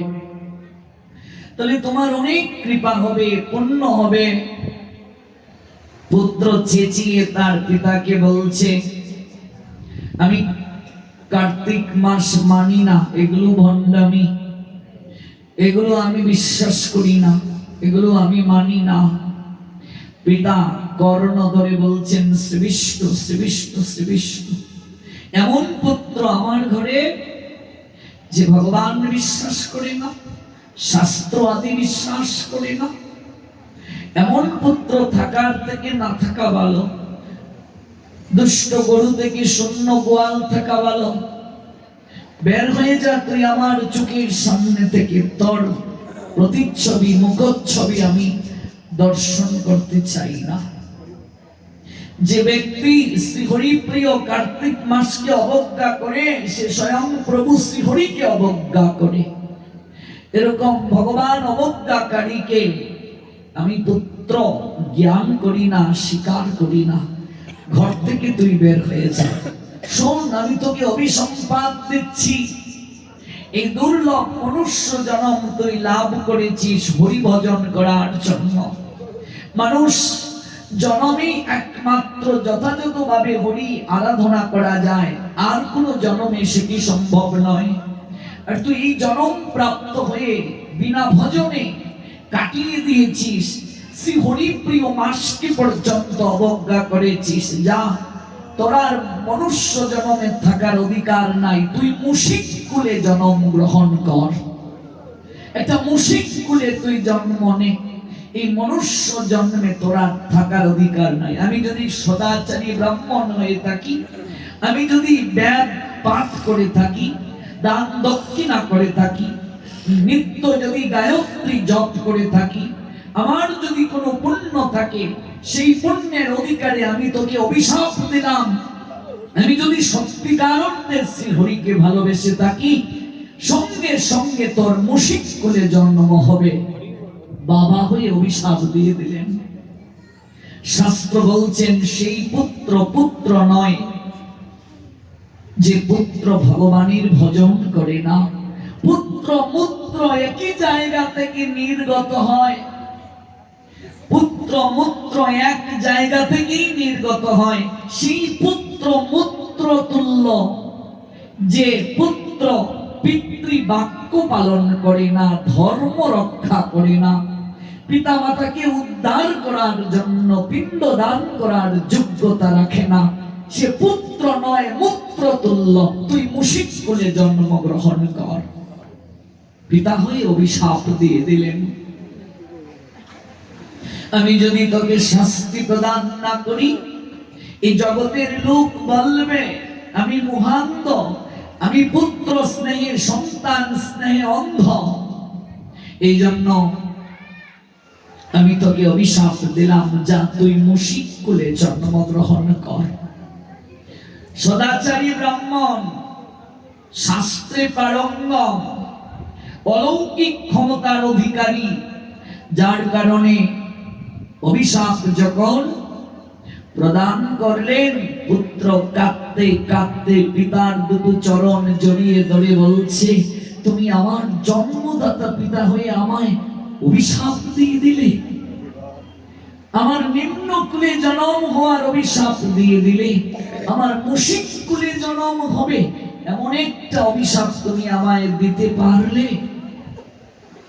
ব্রাহ্মণ দেব শর্মা বলছেন, আমি সমাজে ধর্ম জ্ঞান দান করি। তুমি যেমন আমার বীর্যজাত সন্তান, জগতে আমার মন্ত্রজাত বহু সন্তান রয়েছে, সবাই আমার কাছে সমান। ধৃতরাষ্ট্র পুত্র স্নেহে অন্ধ ছিলেন, যার কারণে পুত্র দুর্যোধন একের পর এক অন্যায় করার পরও তিনি তাকে শাসন করেন নাই। ব্যাসদেব ধৃতরাষ্ট্রকে বলেছিলেন, হে রাজন, আজ তুমি এসেছো আমার কাছে, দুর্যোধনকে কি করে রক্ষা করা যায়, তোমার 100 পুত্রকে কি করে বাঁচিয়ে রাখা যায় পরামর্শ নিতে। এই যুদ্ধে গান্ধারীর 100 প্রদীপের মাঝে একটা প্রদীপ জ্বলবে না, সবগুলো নিভে যাবে। আর এর জন্য দায়ী ধৃতরাষ্ট্র তুমি নিজে। তুমি শুধু জন্ম অন্ধ নয়, তুমি 5 প্রকার অন্ধ। তুমি জন্মান্ধ, তুমি কামান্ধ, তুমি স্নেহান্ধ, তুমি মুহান্ধ, তুমি বিষয়ে অন্ধ। তুমি সন্তান স্নেহে এতটা অন্ধ, তুমি কোনদিন তোমার সন্তানকে শাসন করনি। কত বড় অসভ্য হলে, নির্লজ্জ হলে, বেহায়া হলে, দুশ্চরিত্র হলে পিতার সামনে, গুরুদেবের সামনে জ্যেষ্ঠ ভ্রাতৃবধূর কাপড় টানা যায়? ভাবুন তো, কতটা অসভ্য হলে জন্মদাতা পিতার সামনে জ্যেষ্ঠ ভাইয়ের বউয়ের কাপড় টানা যায়? পিতার সামনে, গুরুদেবের সামনে? ব্যাসদেব প্রশ্ন করছেন, বলো কতটা অসভ্য হলে? আর এই দুর্যোধনের এই অসভ্যতার পশ্চাতে তোমার নীরব সমর্থন ছিল। তুমি পিতা নয়, পিতা নামের কলঙ্ক। তুমি এই কুরু বংশের কলঙ্ক। বংশকে একজন ঊর্ধ্বে নিয়ে যায়, আর বংশে যদি কোনো কুলাঙ্গার জন্ম নেয়, পিতৃপুরুষগণ উপর থেকে কষ্ট পেয়ে অভিশাপ প্রদান করেন। তুমি তো কুরু বংশের কুলাঙ্গার, তুমি তো কুরু বংশের কলঙ্ক। তুমি তোমার পুত্রকে কোনোদিন শাসন করোনি। তোমার পুত্র অস্ত্র তুলেছিল, অস্ত্র তুলে মৎস্যজীবীদেরকে তাড়িয়ে দিয়েছিল। রাজমাতা সত্যবতী কেঁদে কেঁদে তোমার কাছে বলেছিল, আমার পূর্বপুরুষদেরকে তাদের জন্মভূমি থেকে কখনো ধৃতরাষ্ট্র তুমি চলে যেতে বলিও না। কিন্তু তোমার পুত্রের মুখে হাসি ফুটাতে তুমি সে অন্যায় আদেশ দিয়েছিলে। তোমার পুত্র ভীমকে বিষ পান করিয়ে হত্যা করতে চেয়েছিল, জলে ফেলে দিয়েছিল। তুমি জানার পরেও তাকে শাসন করনি। তুমি জানো যত গৃহে তোমার পুত্র আগুন দিয়ে পঞ্চ পাণ্ডবকে মারতে চেয়েছিল, জানার পরও তুমি শাসন করনি। তুমি জানো তোমার পুত্র অধর্মের পক্ষে, তুমি কোনোদিন ধর্ম শিক্ষা তাদেরকে দাওনি। ছোট্টবেলা থেকে তুমি তার মাঝে কি করে রাজ সিংহাসনে বসতে হয়, রাজা হতে হয়, উচ্চ আকাঙ্ক্ষা শিখিয়েছ। এমনকি গুরু গৃহে পর্যন্ত তুমি পাঠাতে চেয়েছিলে না, যে গুরু গৃহে থাকলে ভোরবেলা ঘুম থেকে উঠতে হবে, মাটিতে শয়ন করতে হবে, তোমার পুত্রের নাকি কষ্ট হবে। মহামহিম বিশ্বের চাপে তুমি পাঠিয়েছিলে, তুমি রাজি ছিলে না। সংস্কার দাওনি তুমি তোমার পুত্রকে। শুনো ধৃতরাষ্ট্র, শুধু তুমি নও, এই জগতে তোমাকে উদ্দেশ্য করে সকল পিতামাতাকে বলছি। শোনো গান্ধারী, তোমাকে উদ্দেশ্য করে সকল মায়েদেরকে বলছি, সন্তানকে সুহাগ যেমন প্রয়োজন, শাসনটাও প্রয়োজন। যে পিতামাতা সন্তানকে শাসন করে না, সেই পিতামাতার সন্তান লম্পট হয়, অসভ্য হয়, দুরাচারী হয়। শাসন তো সেই করতে পারে, সুহাগ করার অধিকার যে আছে। সুহাগ সে করতে পারে, শাসনও সে করতে পারে। দুটির মাঝে অপূর্ব বন্ধন থাকতে হবে, মিল বন্ধন থাকতে হবে। তুমি কোনোদিন তোমার সন্তানকে শাসন করো নাই। জ্যেষ্ঠ ভ্রাতা গুরুতুল্য, জ্যেষ্ঠ ভ্রাতৃবধূ মনে রাখবে, শাশুড়ির পরের স্থান। কারো বংশে যদি শাশুড়ি না থাকে, শাশুড়ির অবর্তমানে কোন সামাজিক অনুষ্ঠান, ধর্মীয় অনুষ্ঠান করার পূর্বে যত যা আছে, যদি শাশুড়ি না থাকে, বংশের বড় যাকে প্রণাম দিয়ে অনুমতি নেবে। বড় যা শাশুড়ি তুল্য, মনে রাখবে। আজকাল তো এই মানামান্যতা নেই, বড় যাকেও জুতো দিয়ে ঢিল দেয়, মারতে যায়। কেমন বড় যা শাশুড়ি তুল্য, শাশুড়ির পরের স্থান বড় যা। কারণ কি, বংশে তিনি প্রথম লক্ষ্মী হয়ে এসেছেন, এই জন্য তার মর্যাদা সবার উপরে। গুরু মাতা, গুরু পিতা, গুরু জ্যেষ্ঠ ভাই, পিতার অবর্তমানে বড় ভাই হলো পিতৃতুল্য। পিতা যদি না থাকে, বাকি সকল ভাইয়েরা কোনো কাজ করার পূর্বে জ্যেষ্ঠ ভাইকে জিজ্ঞেস করবে, জ্যেষ্ঠ ভাইকে প্রণাম দেবে, প্রণাম দিয়ে অনুমতি নেবে। আর শাশুড়ির অবর্তমানে জ্যেষ্ঠ ভ্রাতৃবধূকে, বড় যাকে বাকি জায়েরা প্রণাম দেবে, অনুমতি নেবে। এবং বড় যাকেও সেরকম হতে হবে, সেভাবে দায়িত্বশীল হতে হবে। আর বাকি যারা, তারা তাকে সেই সম্মান করবে, শ্রদ্ধা করবে। আর তোমার পুত্র জ্যেষ্ঠ ভ্রাতৃবধূর কাপড় টানছে, বস্ত্র হরণ করছে, তুমি নীরব তাকে সমর্থন জুগিয়েছ। কাজেই দুর্যোধনের আজকে এই লাম্পট্যের পশ্চাতে যত দায় রয়েছে, তুমি সেই দায় এড়াতে পারবে না। আজকে দেব শর্মা বলছেন, তুমি আমার পুত্র হতে পারো, কিন্তু তুমি এই কার্তিক মাসকে যেভাবে অপমান করেছ, অমর্যাদা করেছ, আমার প্রভু শ্রী হরিকে তুমি অমর্যাদা করেছ, তুমি সন্দেহ পোষণ করেছ, এবং তুমি ঈশ্বরে বিশ্বাসী নয়, তুমি কটূক্তি পোষণ করেছ।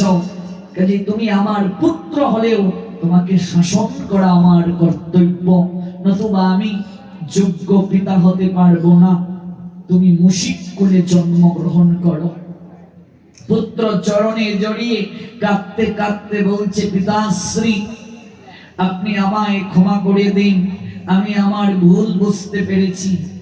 আপনার অলৌকিক সাধনার শক্তি দ্বারা আপনি আমাকে অভিশাপ দিয়েছেন, মুশিক কুলে হয়তো আমার জন্ম হবে, কিন্তু আমার উদ্ধার কিভাবে হবে আপনি কৃপা করে তা বলে দিন।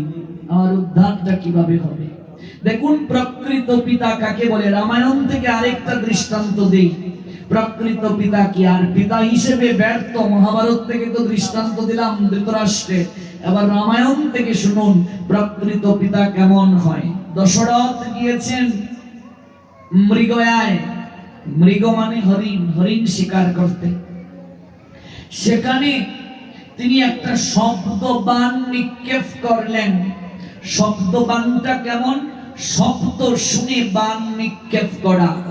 অন্ধ মুনির পুত্র যার নাম হচ্ছে শ্রবণ, ওই শ্রবণকে অন্ধমুনি আর তার স্ত্রী বলছেন, বাবা শ্রবণ, পিপাসায় আমার বুকটা ফেটে যাচ্ছে। তার মা বলছে, পিপাসায় বুকটা ফেটে যাচ্ছে, তোর বাবাও পিপাসায় কাতর, যা একটু জল নিয়ে আয় তো বাবা, আমাদের পিপাসা নিবৃত্ত করার জন্য। শ্রবণ মাটির কলসি নিয়ে জল আনতে গিয়েছে সরোবরে।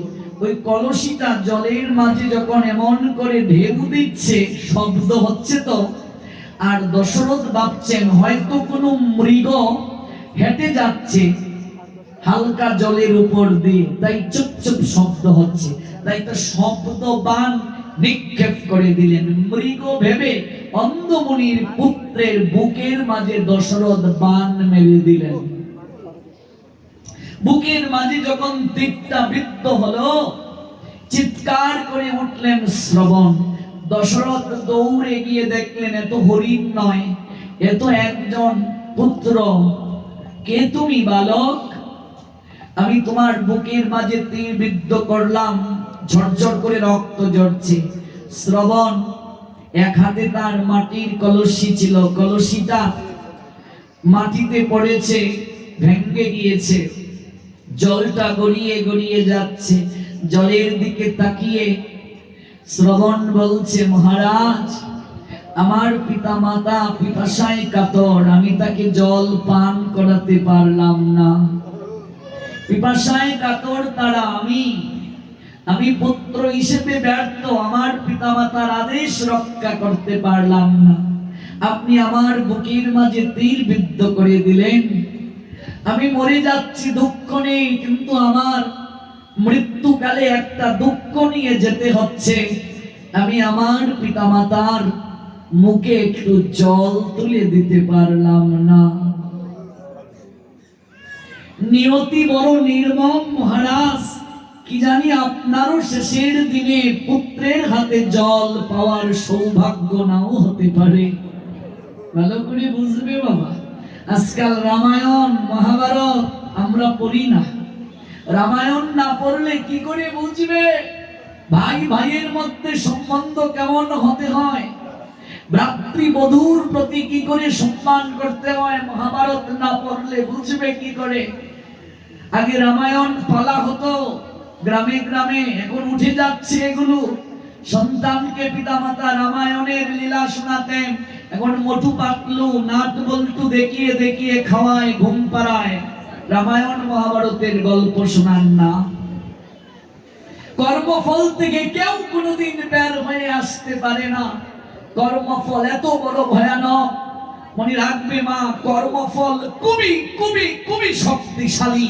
ওই কর্মফল থেকে কেউ বের হয়ে আসতে পারবে না।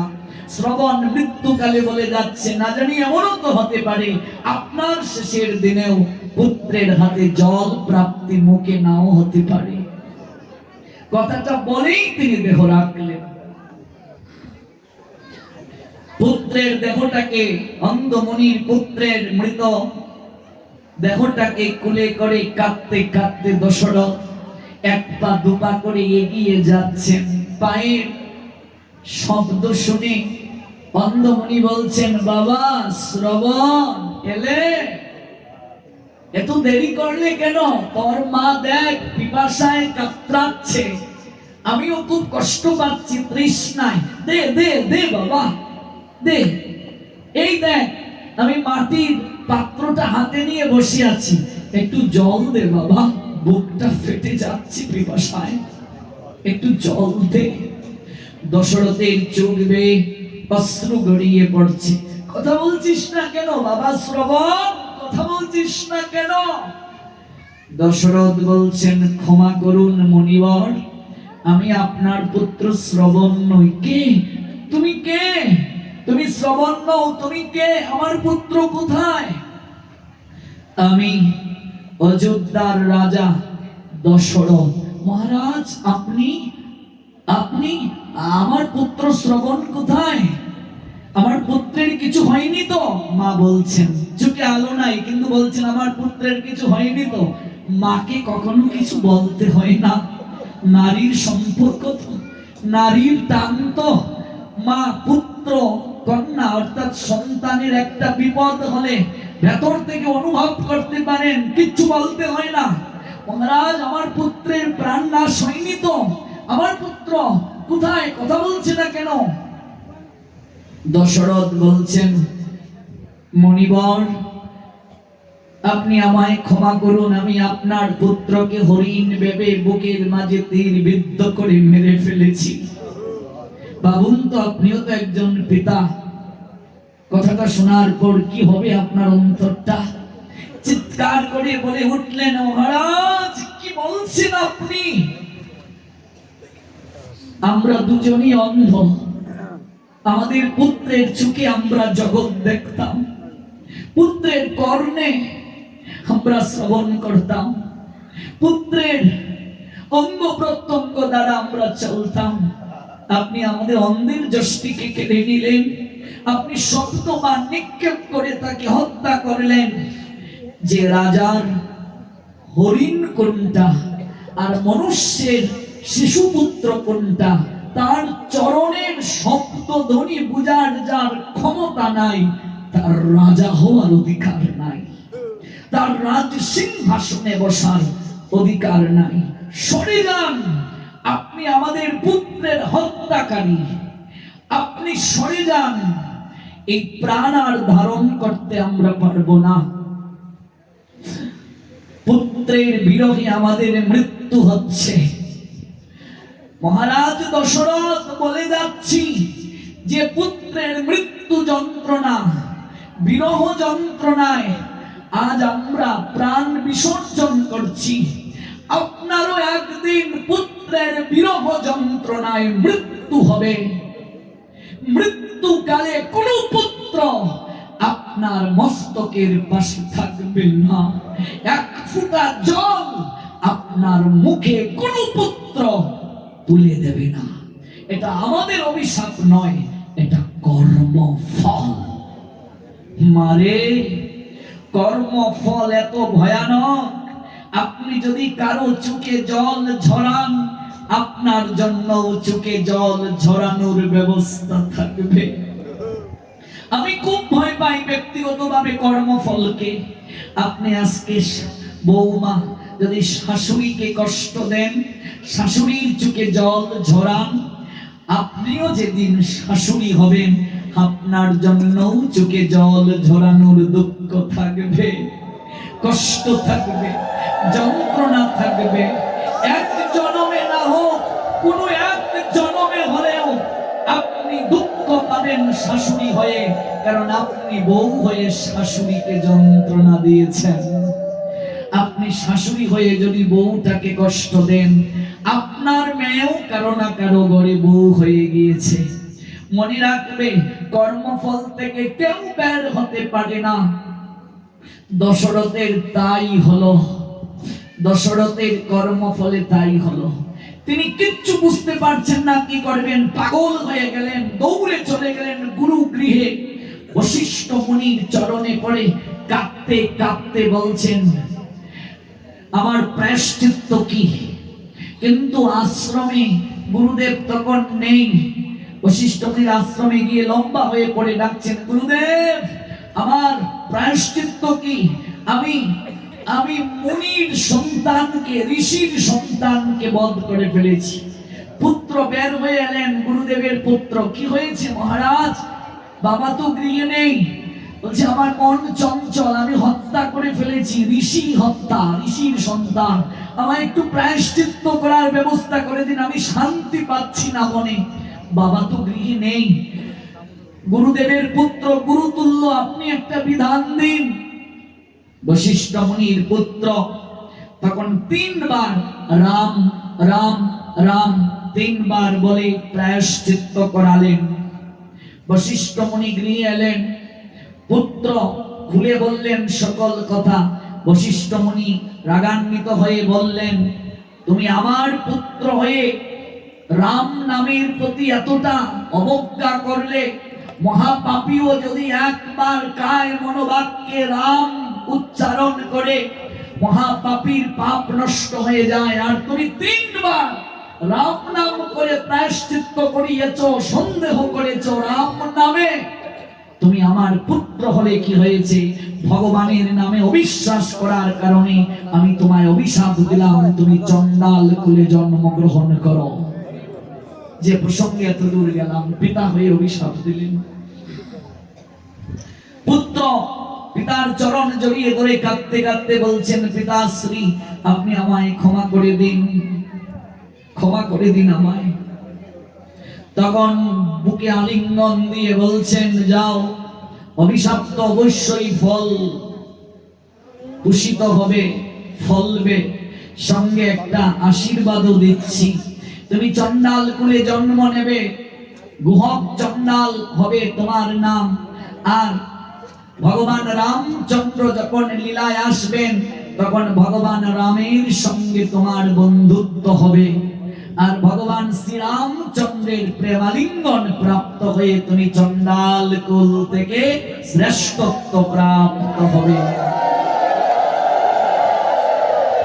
দশরথ তখনও নিঃসন্তান, সন্তান হয় নাই তার, কিন্তু অভিশাপ প্রাপ্ত হয়ে গেলেন। পরবর্তীতে তিনি যজ্ঞ করেছিলেন, যজ্ঞ থেকে অগ্নিদেব আবির্ভূত হয়ে পায়েসের বাটি দিয়েছিলেন, 3 রানীকে পায়েস দিয়েছিলেন। তারপর 4 সন্তান প্রাপ্ত হয়েছিল, আপনারা জানেন। কর্মফল থেকে বের হতে পারেননি, তাই হলো। কইকেয়ী যে বর আদায় করে নিয়েছিল দশরথের কাছ থেকে, সেই এক বরে বনবাসে পাঠিয়েছিল রামচন্দ্রকে, আরেক বরে ভরতকে রাজ সিংহাসনে বসানোর প্রার্থনা করেছিল। পুত্রের বিরহ যন্ত্রণায় দশরথের মৃত্যু হয়েছিল। ভরত মামার বাড়ি ছিলেন, ভরতার শত্রুঘ্ন, রাম লক্ষ্মণ তো বনবাসে। মৃত্যুকালে 4 পুত্রের মাঝে এক পুত্র তার পাশে ছিল না। মৃত্যুকালে 1 ফোঁটা জল পুত্রের হাতে তিনি প্রাপ্ত হলেন না। এমনকি 4 পুত্র থাকতে রাজা হইলা বাসি মোরা। অমায়েরা দক্ষিণা কথা না বলে দাও, পাঠ শেষ হয়নি। এই হলো কর্মফল। কর্মফল থেকে কেউ বের হতে পারে না। এই জন্য আমরা যেন কখনো বিনা কারণে কাউকে দুঃখ না দেই, বিনা কারণে কাউকে কষ্ট না দেই, বিনা কারণে যেন কাউকে আমরা সমালোচনা না করি। ভগবান শ্রী গোবিন্দকে প্রশ্ন করেছিলেন দেবকী, কৃষ্ণ জগতের লোক তোকে ভগবান বলে, আমি যদি ভগবানের মা হই তাহলে আমার এত দুঃখ কেন?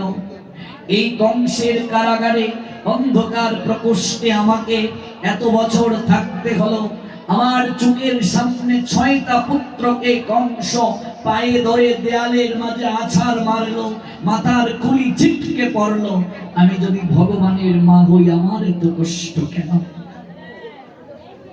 প্রভু তখন বললেন, মা, জগতের লোক মিছে মিছে ভগবানকে দোষারোপ করে, কর্মফল থেকে কেউ বের হতে পারে না। মাতা, তুমি পূর্ব জন্মে আরেক মায়ের কোল খালি করেছিলে, আরেক মায়ের চোখে জল ঝরিয়েছিলে। তুমি ছিলে পূর্ব লীলায় কৈকেয়ী, দেবকীকে বলছেন। তুমি কৌশল্যার কুলকে খালি করেছিলে, 14 বছরের জন্য বনবাসে পাঠিয়েছিলে তার পুত্রকে। কৌশল্যা বড়, এরপর তোমার চরণ জড়িয়ে ধরে কেঁদে কেঁদে বলেছিল, কৈকেয়ী বোন আমার পুত্রের রাজা হওয়ার প্রয়োজন নাই, বড়তেই রাজা হবে, আমি তোর দাসী হয়ে থাকবো, আমার পুত্রকে বনবাসে পাঠানোর ব্যবস্থা করবি না। তুমি শুনলে না, 14টা বছর তার নয়নে জল ঝরালে, আজকে তুমি সন্তান পেলে, একটিবারও বুকে নিয়ে আদর করতে পারলে না, একটিবারও স্তনদুগ্ধ পান করাতে পারলে না, একটিবারও বাৎসল্য প্রেমাস্বাদন করতে পারলে না। তোমার চোখের সামনে তোমারই ভ্রাতা তোমার সন্তানের পা ধরে দেয়ালের মাঝে আছাড় মেরে মাথার খুলিকে উড়িয়ে দিল। তুমি সন্তান আমায় প্রাপ্ত হলে, রাতের আধারে নন্দালয়ে পাঠানো হলো আমাকে, তুমি বাৎসল্য প্রেমাস্বাদন করতে পারলে না। মাগো, কর্মফল থেকে কেউ কোনোদিন বের হতে পারে না। ভগবান তার মাকে পর্যন্ত ছাড় দেন নাই, আমাদের ছাড় দেবে? এই জন্য কারো নয়নের যদি জল আমরা ঝরাই, আমাদেরও নয়নে জল ঝরবে। 100 বছর গোবিন্দ রাধারানীর নয়নে জল ঝরিয়েছিলেন। আজকে সেই গোবিন্দ গৌরাঙ্গ হয়ে নগরে নগরে কৃষ্ণ কৃষ্ণ বলে কেঁদে কেঁদে সেই নয়নের জল ঝরানোর তিনি কি করছেন? আস্বাদন করছেন, ঋণ শোধ করছেন। ব্রজের রাধা বিনোদিনী সে হইয়াছে কলঙ্কিনী, রাধার প্রেম ঋণ শুধিবার তরে আমি আসি মৈদাপুরে। 100 বছর রাধারানী কৃষ্ণ কৃষ্ণ বলে কেঁদেছিলেন, নয়নে জল ঝরেছিল। আজকে গোবিন্দ গৌরাঙ্গ হলেন, আর তিনি রাধা ভাবে বিভোর হয়ে কৃষ্ণ কৃষ্ণ কৃষ্ণ বলে কাঁদছেন। এই জন্য কর্মফল থেকে কেউ বের হতে পারবে না। তাহলে এটা কি গোবিন্দের কর্মফল? না, গোবিন্দের কর্মে কখনো বন্ধন হয় না, এটা লীলা। কিন্তু সাধারণ মানুষ কর্মফলে আবদ্ধ হয়ে যায়। গোবিন্দ লীলা করে জগৎকে দেখিয়েছেন, গোবিন্দ কারো অধীন নয়, তিনি যুগমায়াকে কেন্দ্র করে লীলা করেন। আর আমরা কর্মফল ভোগ করার জন্য জন্ম গ্রহণ করি। ভগবান নিজে আচরণ করে জগৎকে শিক্ষা দেওয়ার জন্য আসেন। তার আশাটা, তার কর্ম সম্পাদনটাকে বলে লীলা। এই লীলার মাঝে যে প্রেম রস, সেটি আস্বাদন করতে আনন্দ পান প্রভু। এই জন্য আজ স্বয়ং দেবশর্মা ব্রাহ্মণ বলছেন, তুমি আমার পুত্র, কিন্তু তুমি কর্মফল থেকে বের হতে পারবে না। তুমি মুশিক কুলে জন্ম নেবে। তুমি তোমার ভুল বুঝতে পেরেছো, তাই একটা আশীর্বাদ তোমায় দিচ্ছি, তোমায় একটা আশীর্বাদ প্রদান করলাম। যে কার্তিক মাসকে তুমি অবজ্ঞা করেছো, মুশিক থাকি কোথায়? গাছের কুটোরে, গর্তে। যদি কার্তিক মাসে কোনো ঋষি, কোনো মহাত্মা, কোনো মণিবর শ্রী হরির কথা কীর্তন করেন, আর যদি তোমার শ্রবণের সৌভাগ্য হয়, তাহলে তোমার মুশিক কুল থেকে মুক্তি হয়ে তুমি বৈকুণ্ঠে গমন করবে।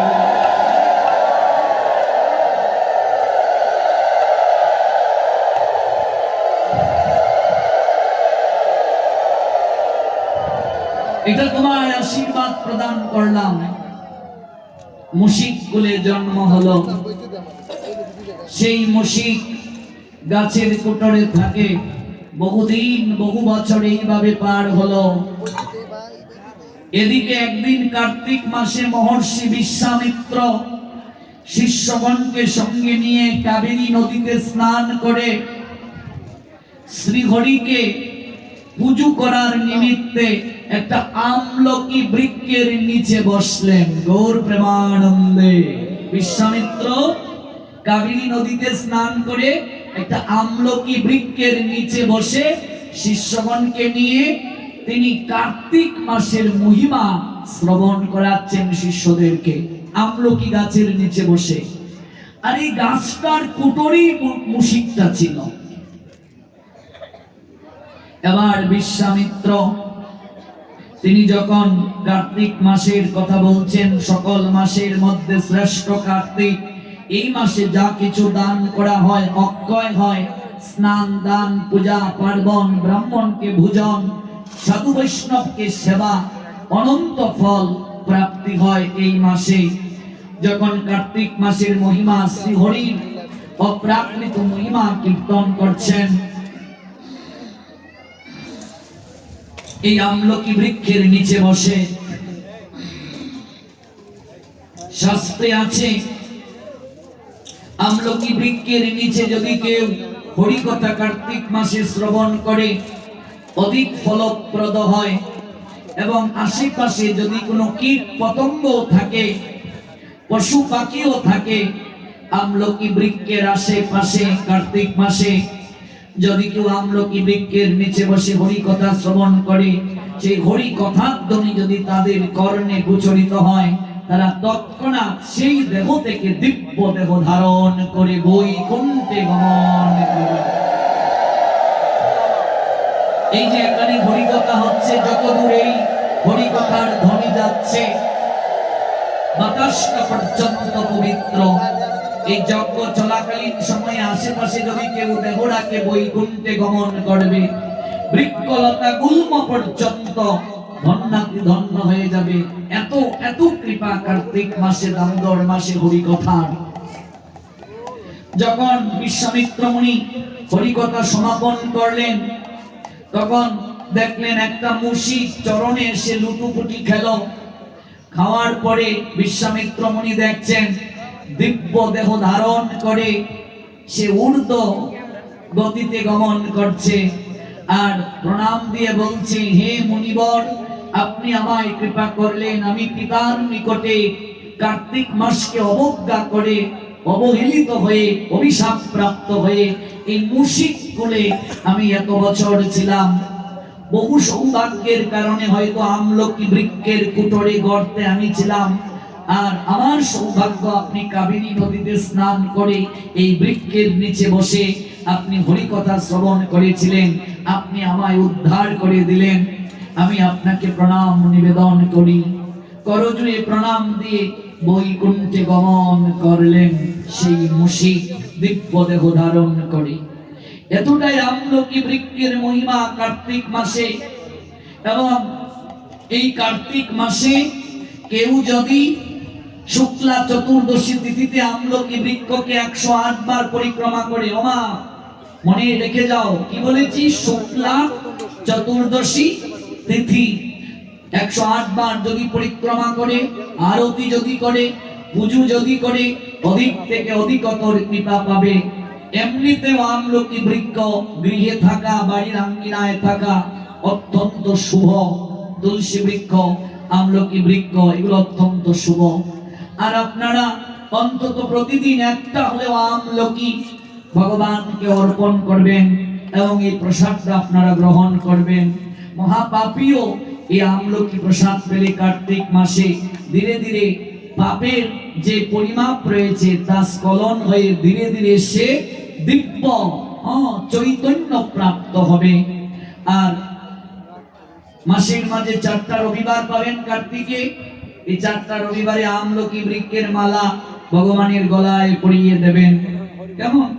ভগবানকে 108টা তুলসী নিবেদন করবেন।